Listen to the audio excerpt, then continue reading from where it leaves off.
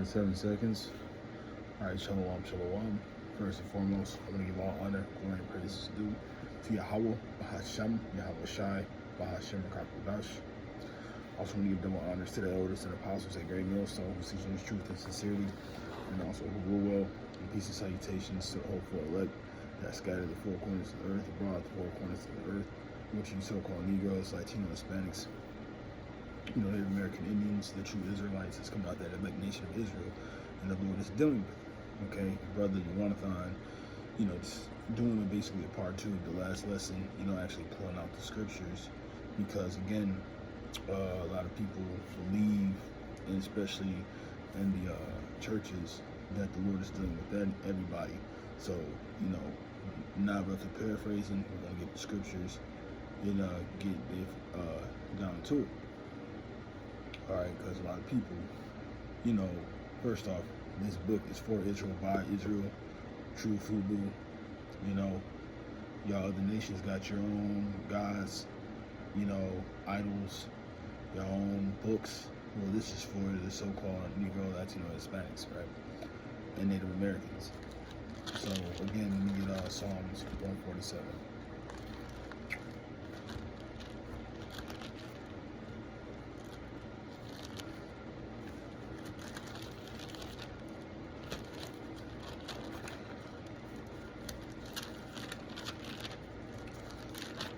Alright, this is Psalms 147. We'll start at verse 19. It says, He showeth his word unto Jacob, his statutes and his judgment unto Israel. Alright, so you can see that goes to show that the separation between us and other nations. That's why being holy, you're separate. You don't do the same, or we don't act the same, or are supposed to act the same in this time as the people of this world, right? Verse 20, it says, He hath not dealt so with any nation, and as for his judgment, they have not known them. Praise ye the Lord. Because, great brother, you call from GMS Cleveland, when you look into the scriptures, these are the perspectives that's dealing with Israel perspectives, all right? The Lord only deals with the children, the patriarchs of Jacob, Judah, Benjamin, Levi, the prophets, some of us from Issachar, so on and so forth. Like I said, there is clearly no book in the scriptures where you see a random Philistine, and he's being dealt with by the Lord. All right. So, and I might have to make a part 2, because even the elder Manata Zagba, I believe other brothers, and I believe the elder was talking about the race wars that's going on. So this kind of going to be a little scattered, but point is that the Lord is dealing with Israel, man.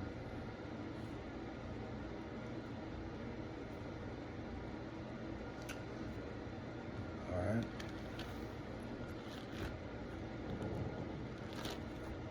And it's not dealing with everybody.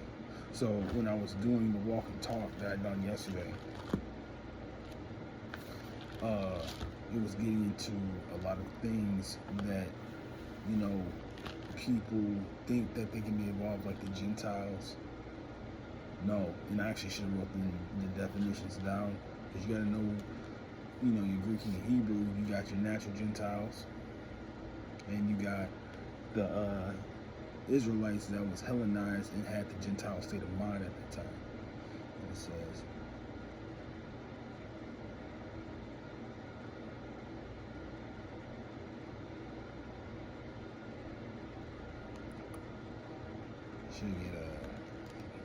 I don't have to read Acts 21 and 19, but nevertheless, let's grab this real quick, because this is another thing where a lot of people feel like they can be drafted in. So, people believe that the Gentiles can be saved through certain scriptures, but that's not the case.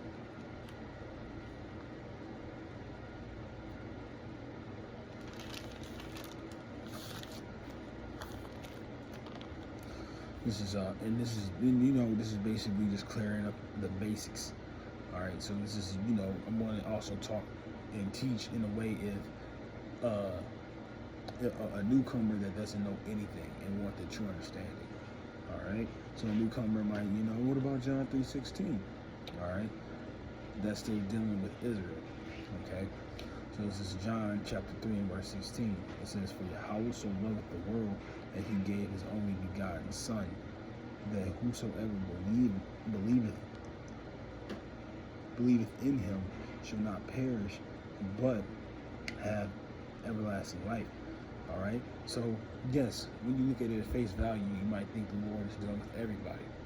But two things: the Lord spoke in codes, parables, and you don't speak how they actually spoke back then. That's why you have to get into your Hebrew, you have to get into your Greek.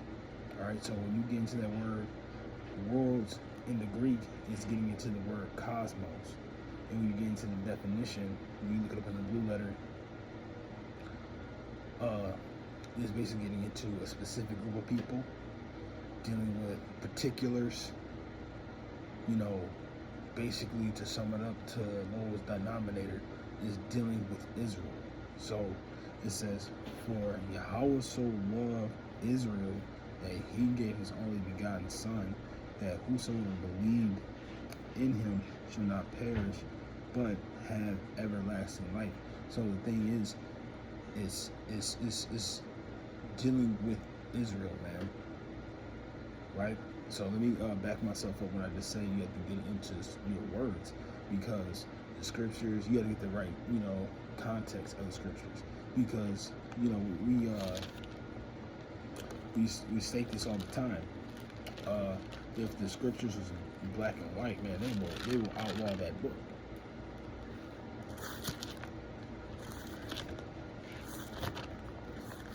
We look at Psalm 78, right? And it says, and I'll start at verse 2. Psalm 78, verse 2. "I will open my mouth in a parable. I will utter dark sayings of old."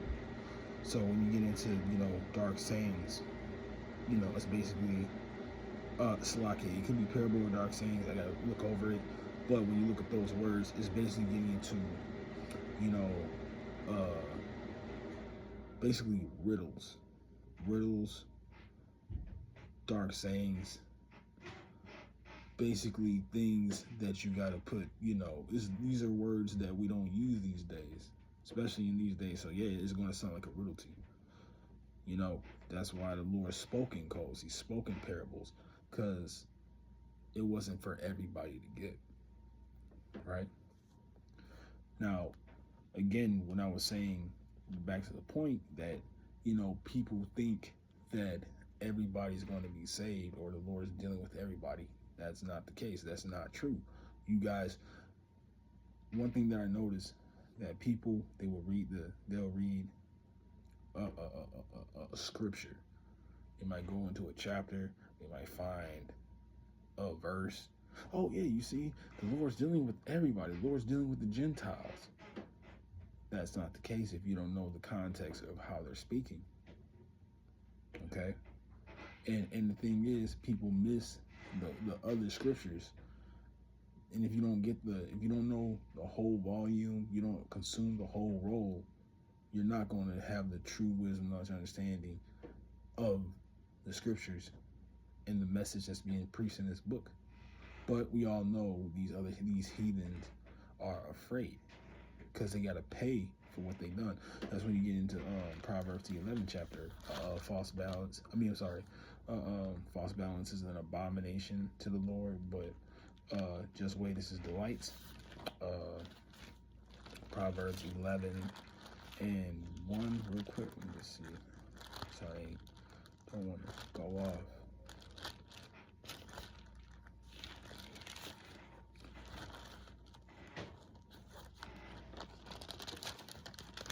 Yep, Proverbs 11 and 1. A false balance is an abomination to the Lord, but a just weight is his delight. So I just wanted to make sure. But basically, everything that y'all have done to us, you're gonna pay for it, and so on and so forth. there is evidential concrete history for what you've done, especially Esau, Edom, you Hamites. Hey, Ishmael, you were into slavery too. That's why I love reading the book of Joseph. You know, when his brothers cast him into slavery, but you know, Ishmael was deep into heavy into slavery. I can even speak I can speak to myself, and I always joke and be like, yeah, I'm Joseph or whatever, because I used to work amongst so-called Ishmael, the so-called Arabics, and they will any chance that they have to use you, they will use the fuck out of you, and they will feel like they shouldn't pay you for it. And that's just not dealing with just one incident. I had countless incidences, but nevertheless, you know, that's why you get in Psalms 83, it lists you guys. You know, it lists the people, the nations that tried to make us. Let's just grab it for edification's sake. You know, like I said, I wanted to state this as if a newcomer was coming up to me.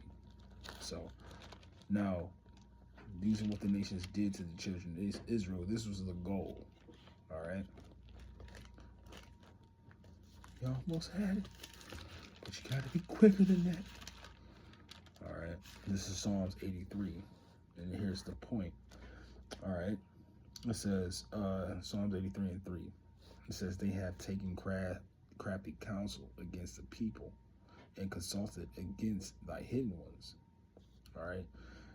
They have said, come, let us cut them off from being a nation, that the name of Israel may be no more in remembrance. And that's talking about, let's cut Israel off from being a nation. And you look at the Latino, Hispanics, the Native Americans, the Negroes, we all brothers technically. We didn't, when I was in the world, I never would think. I would never have thought that. That's how much damage you did to our heritage, our history. We didn't know this, but yay, that's why we have, you know, from, you know, High Priest Abba Bivens, you know, from our elders, from Elder Apostle Tahar on down, to wake us up and teach us this the message. All right. So that's why you guys have to pay. So let's get Deuteronomy 30 and 7. Book of Deuteronomy 30 and 7. It reads, "And the Lord thy power will put all these curses upon thy enemies and on them that hate thee, which persecuted thee." All right. So basically what you're seeing and what this is talking about, everything that the children of Israel is going through is going to be a flip. You know, you can see, like I said, you know, Jake is in the ghettos. Jake is the homeless. Jake is at the bottom. Hey, now it's flipping. Now Esau's tripping. He ain't that man that he thought he was. He ain't on top. His women want to leave him. You know, he's not as powerful as he is. That's why, you know, you get into the book of 2nd Ezra, chapter 6 and 9.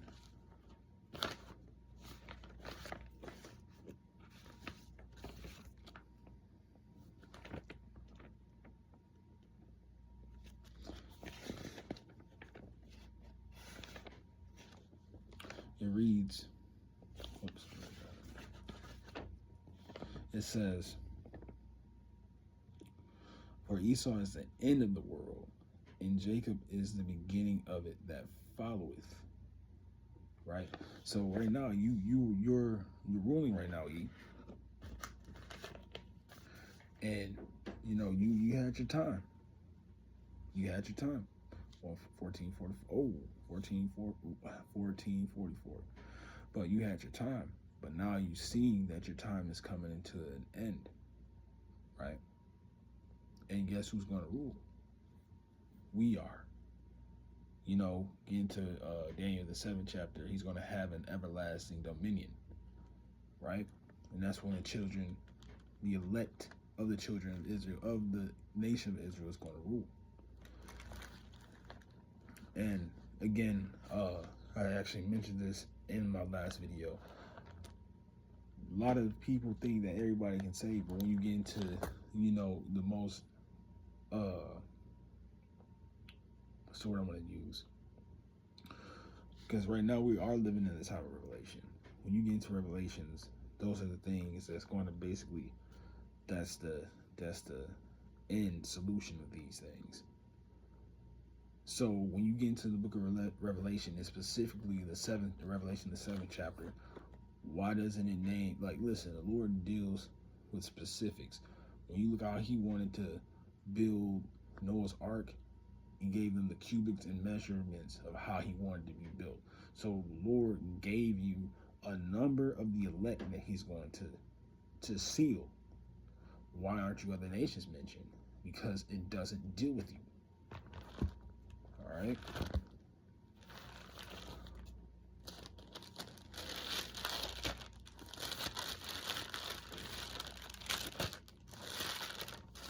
This is Revelation, the 7th chapter. We can start at the 3rd verse. It says, saying, hurt not the earth, neither the sea, nor the trees, till we have sealed the servants of our power in their foreheads. And it says, and I heard a number of them sealed. And I heard the number of them which were sealed, and they were sealed 144,000 of all the tribes of the children of Israel. So, you know, just to make it short, when you go down in Revelations 7 and 3 down, you'll see it's 12 tribes, 12,000 out of each one. But yeah, so like I said, Judah, Benjamin, Levi, Issachar, Ephraim, Simeon, Gad, Reuben, Naphtali, so on and so forth. You don't hear Ishmael. You damn sure ain't gonna hear no Esau, Edom, because you guys definitely gotta pick. But if you want to know, like I said, if y'all think y'all's gonna, if Esau think he can be saved, there will not be a book of Obadiah. All right, this is for Israel. Okay, now just, you know, this is Lord willing. I try to do it in the basic way for a newcomer to understand, but you know, didn't want to get too long-winded. But Lord willing, I hope this video was edifying. And again, I want to give all honor, glory, and praises due to Yahweh, Bahashem, Yahweh Shai, Bahashem Rakakwadash. And again, double honors to the elders and apostles at Great Millstone, who's teaching this truth and sincerity, and also who will well. Peace and salutations to the whole elect. I'm going to close out and say shalom.